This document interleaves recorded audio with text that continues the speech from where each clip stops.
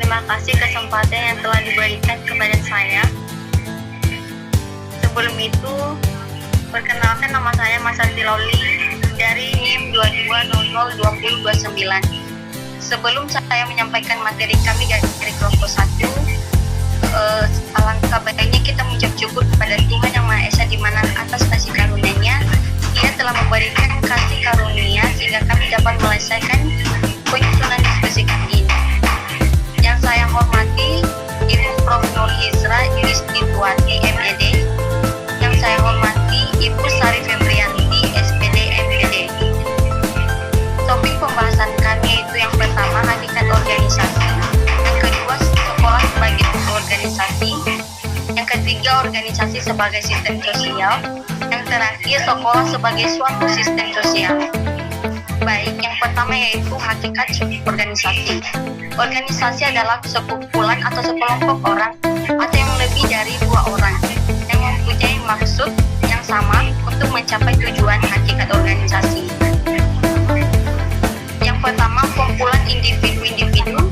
Yang kedua, memiliki tujuan. Yang ketiga, koordinasi. Selanjutnya, sekolah sebagai suatu organisasi. Sekolah sebagai organisasi perkumpulan sosial yang dibentuk masyarakat, baik yang berbadan hukum maupun yang tidak berbadan hukum. Sekolah sebagai suatu organisasi yang kompleks dari unik sehingga memerlukan tingkat koordinasi yang tinggi.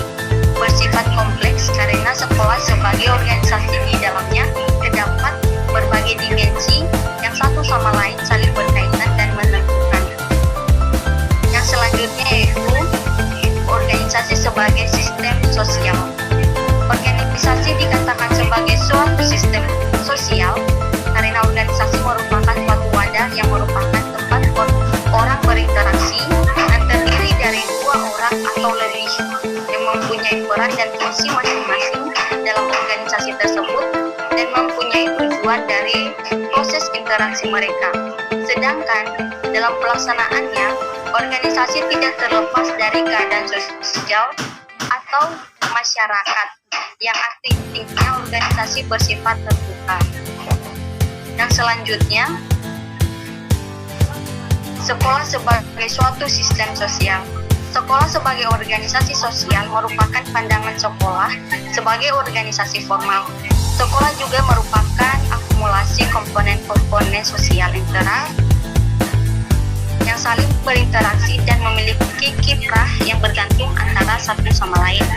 Sekolah sebagai suatu sistem terdiri di atas beberapa elemen yang antara satu elemen dengan elemen lain saling berkaitan dan saling mempengaruhi.